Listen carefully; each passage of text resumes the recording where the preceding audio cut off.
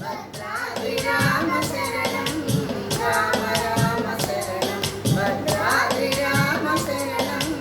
రామ రామ శరణం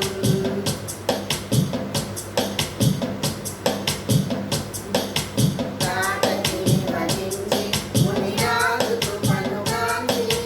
తాటకిని వధించి మునిరాజు కృపనుగాంచి